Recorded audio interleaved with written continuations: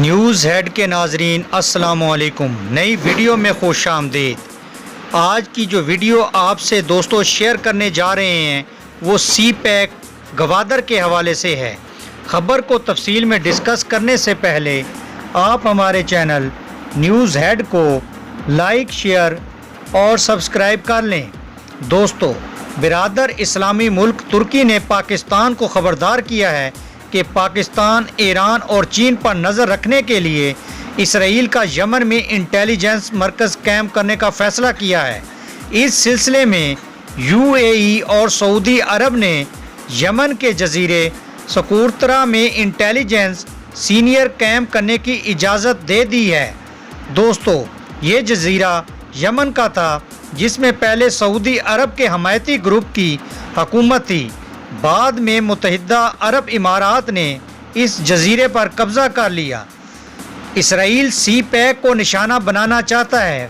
مقامی قبائل کے مطابق سعودی عرب کی مرضی سے فوجی اڈہ قائم ہونے جا رہا ہے، جس کی وجہ سے مقامی قبائل نے اس فیصلے کو ماننے سے انکار کر دیا ہے اور سعودی فوجی کو علاقے سے نکالنے کی دھمکی دے دی ہے۔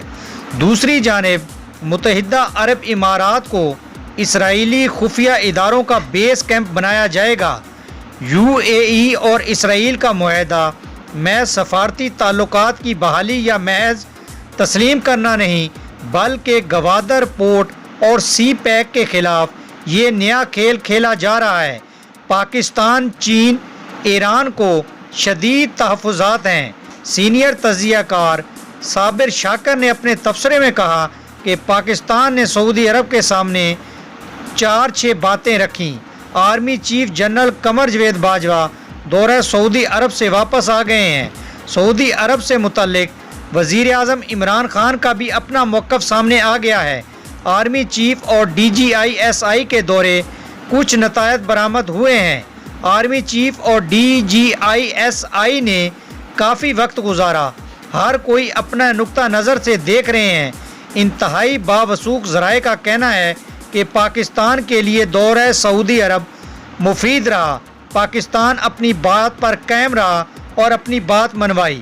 متحدہ عرب امارات اور اسرائیل کا معاہدہ ہو چکا ہے۔ موساد کے چیف یو اے ای پہنچ چکے ہیں۔ اب شکوک و شبہات کھل کر سامنے آ رہے ہیں۔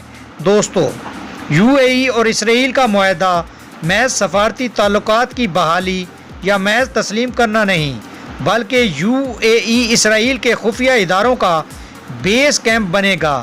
یہاں سے کچھ اور کیا جائے گا۔ اس سے پاکستان، چین، ایران شدید تحفظات ہیں۔